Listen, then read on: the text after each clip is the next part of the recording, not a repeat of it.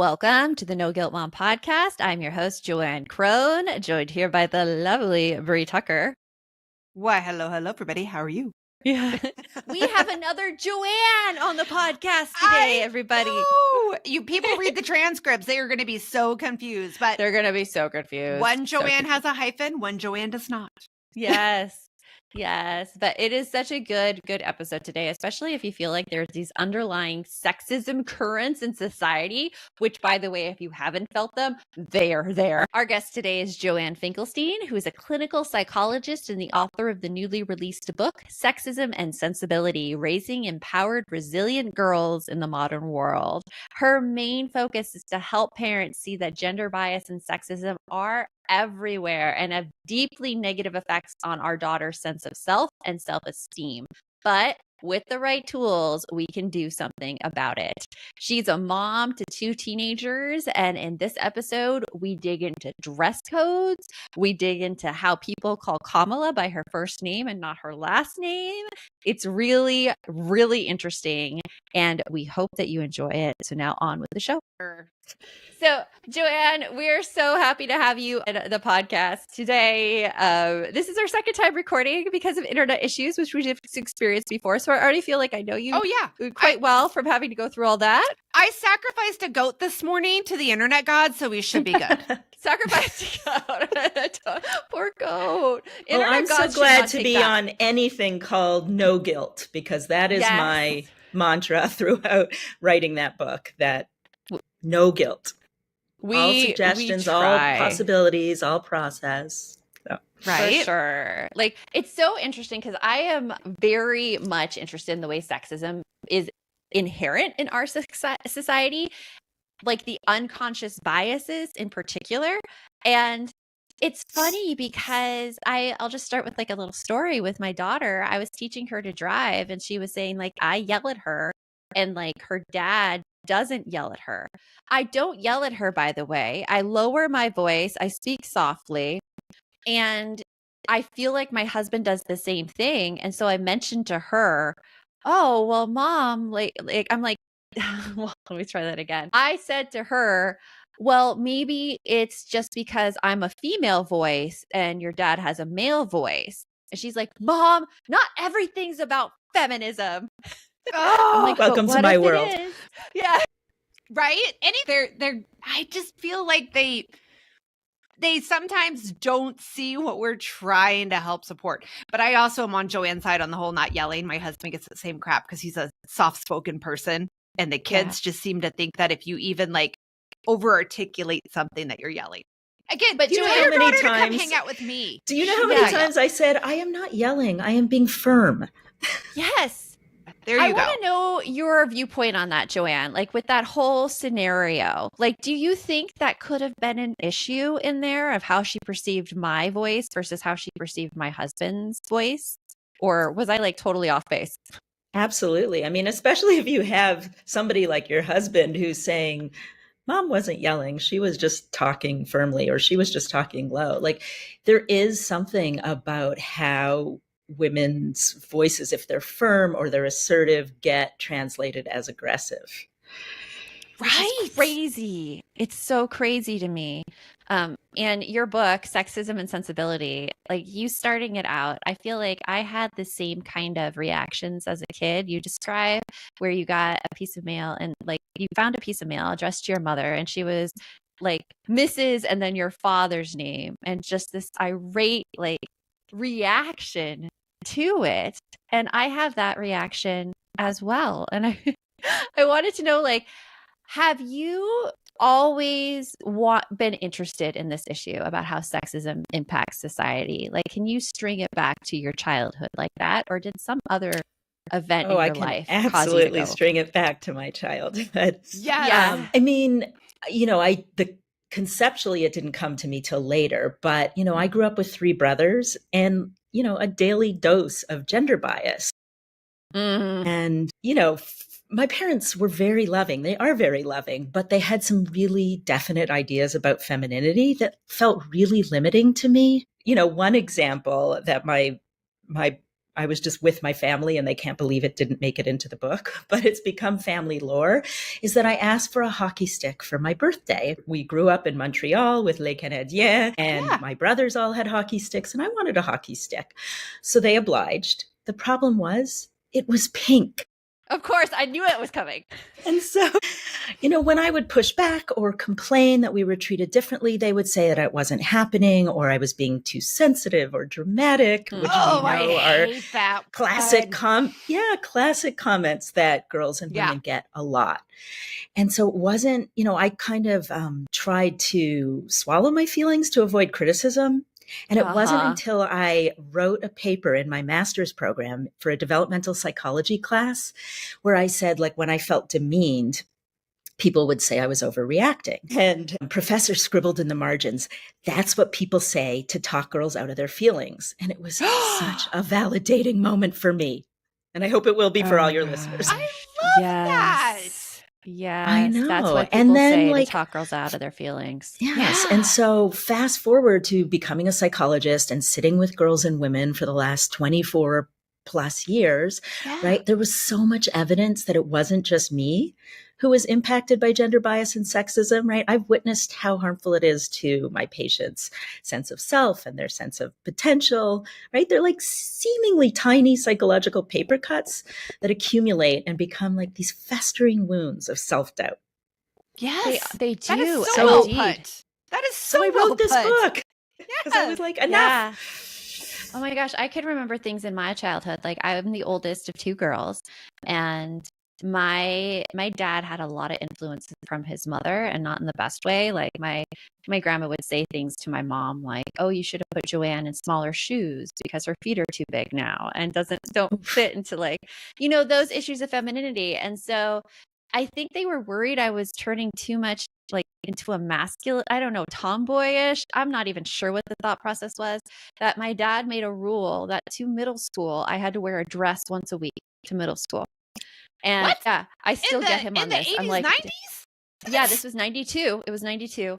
And I remember having him drop me off at the corner of the middle school. And I'm like, you're late to work. Just let me walk in. I really wanted that independence. I wanted everything. And so I would walk like a mile to the middle school, and I had it all figured out. I wore a sweatshirt over my dress. And so I tucked up the dress into the sweatshirt. And so I just had my leggings and a sweatshirt to wear. Which is very 90s fashion, by the way. Very 90s fashion. One day he drove by to check on me walking to make sure I was okay. And he saw what I did, and I got into trouble for that. But I mean, those kind of experiences really stick with you. And you either know at the time that, hey, this is not wrong, okay, or it gets embedded into, I need to look a certain way to be accepted by everybody around me. So like in terms of like dress, when it comes to women and sexism, I mean, what have you found in there that sexism is still like part of our society? I mean, that's such a big one. First of all, it's, all the dress coding that goes on in schools is a big one and a big problem. And actually, when you were talking, it reminds me, you reminded me of a story in the book about my friend Julie's daughter, who was called into school office and told she was dressing too provocatively and that she had to come in every day for 2 weeks to get her outfit approved. Right. But but her mother also admitted kind of sheepishly, like she found her dressing a little trashy and, was really torn because And so what the daughter would do is she would go to the office, present herself, get approved, and then go, it was a giant school, and then go into the bathroom and change into what she wanted to wear. And her mother was right. And her mother was like, you're listening to what you want to do. You're proud of your body. And, she was proud of this developing body. She had this great body, sort of traditionally great body. And the other like stuck between that and following the rules. Yeah. Not even that. Don't you see that you're being looked at through the male gaze? Don't you see that, I once said to my daughter, a cigar is just a cigar, but a crop top, dieting, and Brazilian wax are never as simple as free choice. And so that's where parents are always stuck. We want to give our daughters free choice, but we want to keep them safe, and we want them to be good cultural critics so that they know, that they are being really influenced by what the culture expects of them. Really interesting. Like, I want to dig into this dress code discussion a bit more right after this break. So, Joanne, I feel like dress codes are a way that we really see sexism still very prevalent in our society. And in terms of my own experience with it, seeing my daughter, she was called into the office so many times because of the length of her skirt. When she's really tall and could not find skirts that looked cute and reached down to her knees.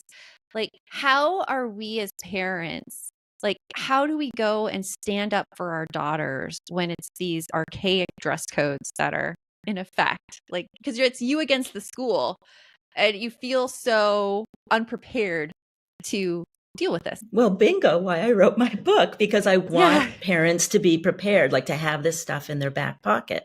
I mean, for one, the onus should not be on girls to control male behavior. And these dress codes. Yes. Thank you.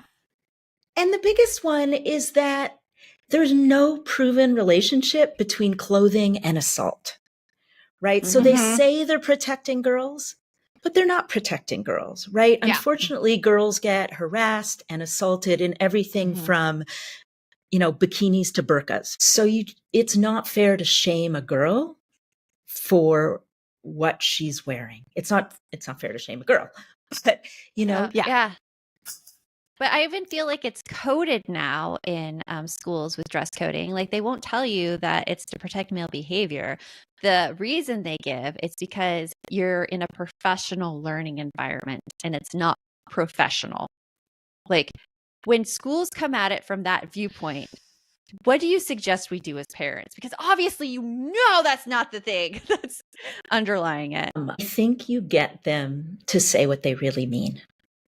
So you say, tell me what you mean by unprofessional. Okay. Yeah. Well, her skirt's too short. Well, what does that mean to you? Why is that unprofessional? Well, it shows her knees. What's up with knees? Well, they're sexual. What? How are knees sexual? And so, right. And so they'll realize, well, right. I mean, that's why you have to have your shoulders covered, right? Because. Oh, yeah. I worked at one place one time, and this is like just cracking me up. I was working for a public charter here in the Phoenix area that had a very strict dress code due to religious purposes. And I remember getting dress coded on my first day of work because I had a high turtleneck but sleeveless shirt with like black pants and open-toed sandals because it was, 110 degrees. And I got dress coded because I was showing those naughty toes. And toes. How many toes, shoulders, and knees would it take to smash the patriarchy? Like if they're so distracting. Yes. Right? Oh my gosh. Like, it's ridiculous. We just go out with toes and knees. Ridiculous. It's a hard thing to fight against, because the people who are making the rules like cloak them in these other reasons for the rules, the professional stuff. And I love your suggestion about actually getting you to them to tell you what they actually mean. And it's through like this questioning behavior. It actually reminds you the strategy that you came out with. It's something that Adam Grant talked about with his group in his books. It's like, and Ned also talked about it. I can't remember what it's called, but maybe you remember. It's like motivated, or like you basically ask questions until the real thing comes out, until you find a little sliver of what they think. What is that called, Joanne? Do you know the term? I know that Adam Grant talks about that. Yes. But like motivated questioning or something like that. What you're getting them to do is to recognize that they're sexualizing your daughter. Yeah. And exactly. Okay, so here is a bit of an in-depth question. Do you think that the way that we're talking about this in terms of like a school type dress code, right? Do you think that they truly realize that they are sexualizing the girls within their dress, or do you think that they don't see it that way? And that like once that realization comes out, once you push the questioning and they get to that final part of that, like, well, because it's distracting, because it's making people think about sex, showing the knees. Do you, okay, now I've lost my train of thought. Well, it's a tough, it's hard to, so much of this stuff is unconscious, and we just have such rigid ideas of what how femininity should present. And so I think for some people, it might be unconscious. I think for others, they're consciously finding this new way to say it because too many women have come forward and said, like, this is not okay. Yeah. Don't blame girls for other people's reactions, for your own reaction. I mean, there's that story in the book of the dean, right, who humiliated by forcing this girl to stand up and move around to judge whether her breasts looked appropriate because ridiculous. Because she wasn't wearing a bra. That's horrible. God. It's horrible, the stuff that they put girls through. And it's no wonder we have all this self-doubt and we can't stand up for ourselves almost. Like we feel even bad for standing up because we feel like we're going to be in the wrong in some way. And you mentioned it at the beginning of the interview, how it's all these little microaggressions against women that are ingrained in us. But I also think that bringing them out into the open so that people are cognizant of what they're doing could help fight back against it. So in your opinion, how can parents make a dent in this gender bias and sexism that we really see and experience in the world? Yeah, well, I think that they really can make it. I mean, what they can do is help their daughters be less likely to internalize the gender bias and sexism by helping kids make sense of those subtle, chronic, cumulative indignities that girls experience and kind of start to believe are normal, right? They can put language around what girls are experiencing, and they can do that from a young age so that girls understand that, so that the girls will be able to be more critical of the culture that they're growing up in. They'll understand that the messages that they get, that they're weak, inferior, irrational, too loud, shallow, overly emotional, incapable of leadership. I could go on.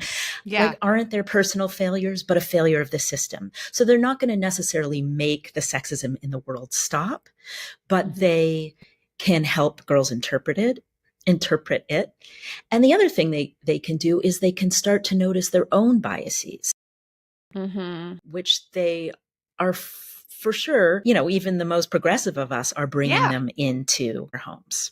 Yeah. And consciously a lot of times, we don't even realize, right? I'm at the point now where I am realizing all the phrases that I have, that are just part of my stock vocabulary that are actually very sexist. Things that I think that I should say, the whole, I don't want to be such a girl about it. When I'm talking about fighting against, I had a big migraine and I'm I feel really weak and I'm not going to work out today, but I'm not doing it because I'm acting like a girl. Wait a minute. What is this? And it just comes out. Because somewhere in your brain, girl and weak became synonymous. Yeah. All that conditioning over the many years, There's so much conditioning. And now that we see, especially a woman running for the presidency here in the US, I'm seeing it come out even more. And I want to talk a little bit more about those things that we're seeing come out sexism wise right after this. There's a few things that I'm seeing come out that are really interesting issues to address. And one is kind of in depth, out of left field. So I'm going to preface it with this.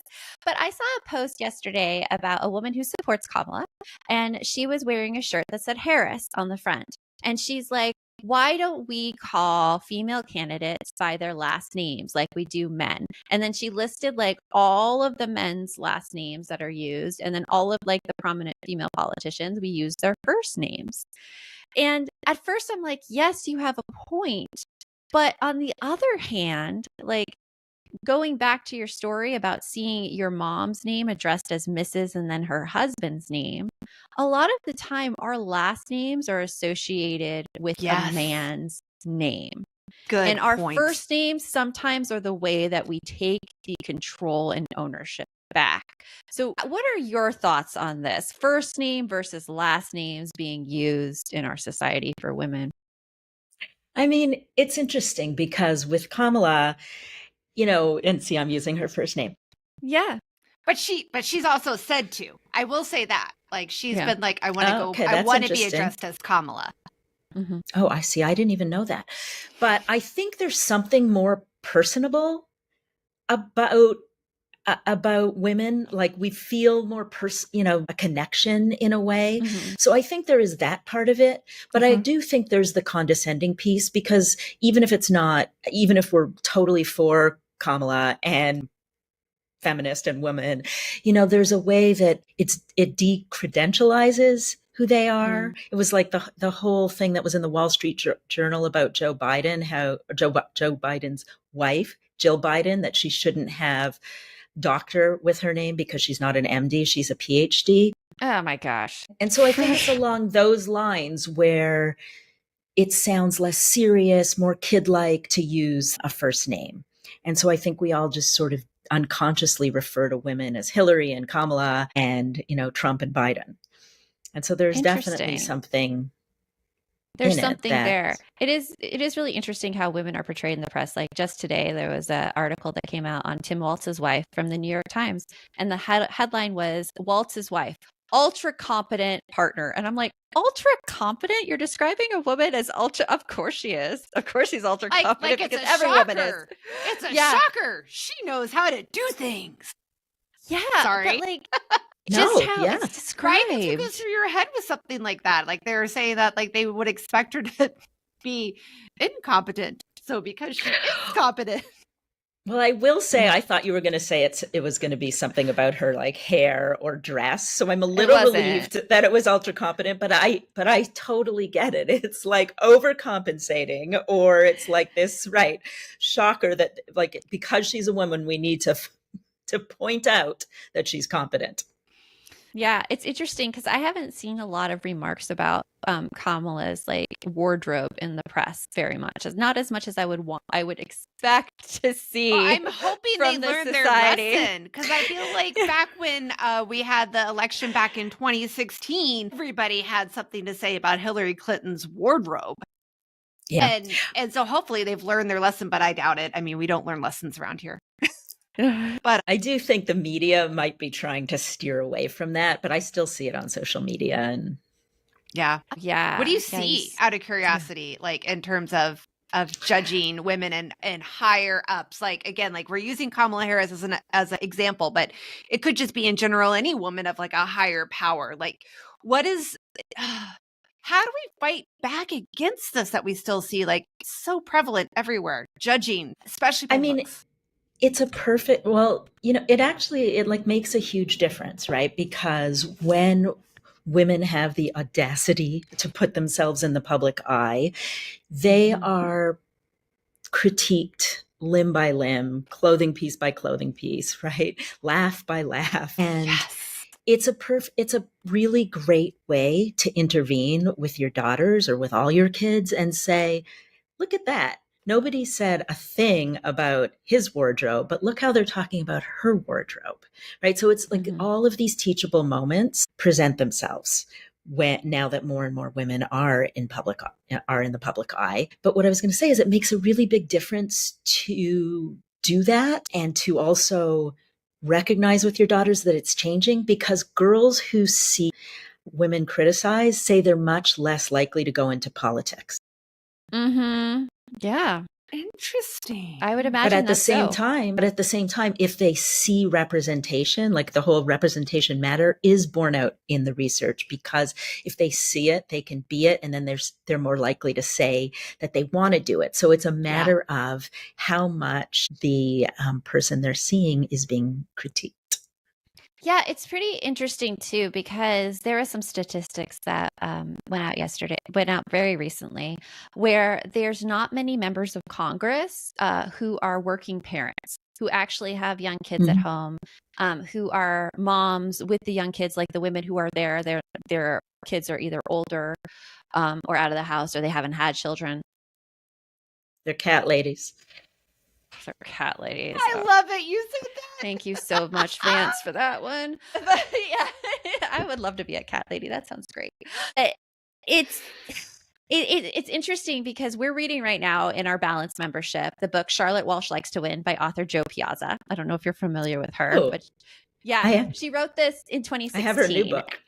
Yeah, it's awesome as well. Oh, she's actually coming to our book club, by the way. We know No her. way. She's good. Okay. Yes. I'll cut this out for a split second. Her episode is airing. Wait, no, that's Elise's. Oh, never mind. Sorry. Dang it. I was going to say it's airing on Monday, but that's Elise's. Sorry. It's airing soon. It'll be, yeah. Anyways, in her book, she has this candidate woman who's running for a Senate office. And this woman has two 5-year-old twins and a 2-year-old daughter, all girls. And these girls are like mercilessly picked apart by the media because children become an extension of their mothers. Like children are off limits when their dads are running for public office. But oh my gosh, the moms are running. Those kids are everywhere. So I could see how it's really hard to get representation in politics when you have young children because you know that they're going to be brought into the mix if you're a woman. And it's like, I don't know the answer to that or even the question I'm asking. I just want to be like, Joanne, this isn't fair. Sometimes we have to say their mothering is going to be questioned and scrutinized. And it's brutal. It's really brutal. And it's like the only thing we can do really is just, I think, notice it and dissect it for what it is and that men do not get the same treatment as women do. So I'm curious, as a parent that has a son and a daughter, and I know that they get a lot of more traditional gender role rhetoric from their other household that they're in. What are things that I can do as their parent to kind of help cut through this sexism thought process and give them the ability to be more critically thinking about this? To undermine sexism and to help them have more critical thinking skills in this area. Yeah, I mean, like I was saying, I think that capitalizing on all the teachable moments that are out there is really helpful. I mean, don't capitalize on all of them because they will tune you out pretty quick, but pick your battles. They do. And then just, make sure what you're doing at home isn't as gender split as it might be in the other home, right? So maybe you're more likely to ask her brother to carry the groceries and take out the trash.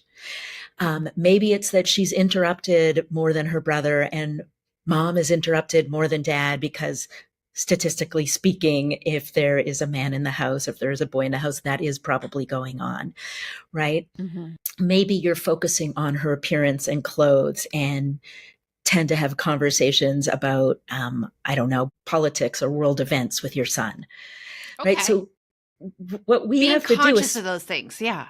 Being conscious and reading up on how they tend to show up in a home. And then take responsibility. Like you can just change it, which is fabulous too. You can also take responsibility. Like actually a woman wrote me, I need to remember what she said, but she wrote me a letter not long ago after reading one of my newsletters, right? And she realized that she was having trouble letting her daughter have strong feelings and strong opinions, even though her son was the more outspoken one and often the more critical one. So after reading the newsletter, she went to the daughter, and now I'm sort of getting chills because it's just like, God, we could all have used this growing up, I think. She went to her daughter and said, I realize this is what I've been doing. And her daughter started to cry because she knew something was off. And she would say, Mom, you never listened to me, but she couldn't quite figure out what was going on. And when her mother said it, it was like, yes, every time, I'm growing up now and I'm starting to have feelings of my own and ideas of my own, and you shut them down. Yeah. And it's so she wrote to sort of thank me and say, it's made such a huge difference in my relationship. And I was like, it's the validation. The validation means everything when you get it from somebody and you're like, oh my gosh, yes, exactly it. You get it. You absolutely get it. So, and she never would have thought she was treating them differently, right? Right. It's all of these unconscious things that we have going on that once we realize are there, we can at least bring them to the forefront so that we can start working on them so that they don't have as much of an impact on our lives, which is, it makes an amazing difference. What's coming up for you, Joanne, that you're really excited about? Do I say my book or are we past that? Do it. We say your book. You go for it. It's all about your book. It's all about your book. Well, because we were going to be past the launch, but. Well, not too far, right? Like, it's just because your book just came out. So. Yeah. Well, right now I'm excited about this book. It's taking up all of my time and energy and thought process. And I'm so passionate about getting this message out because I really, really, really think that parents can make a dent in sexism on a micro level. I mean, the macro level is important too, but we've got to go beyond girl power, which is wonderful for building like a can-do attitude, but it doesn't really address the unsavory or unfair experiences that girls encounter every day. So I think that I'm just excited that this is finally going to be out in the world, and I'm going to get to talk about it and answer questions and do readings. And that is exciting. That's a super exciting thing. So go out, get Sexism and Sensibility, Raising Empowered, Resilient Girls in the Modern World. And Joanne, it's been wonderful having you here.